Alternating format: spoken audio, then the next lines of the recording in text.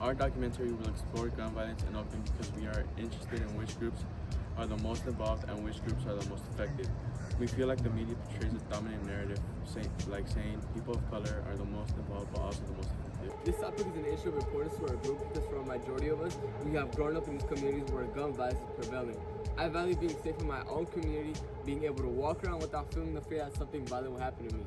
This topic deserves this community's attention because so far, in this calendar year, there has been 59 deaths related to gun violence in Oakland alone.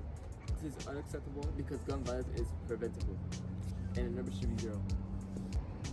This documentary should be supported because it will provide insight into how exactly dangerous and how much of an issue gun violence is in this community. This documentary will contribute to awareness about gun violence by sharing the stories of community members who have dealt with gun violence. We want to investigate the high levels of gun violence that affect our community. So we need interviews from the community who has experienced any gun violence and explain how they feel about it.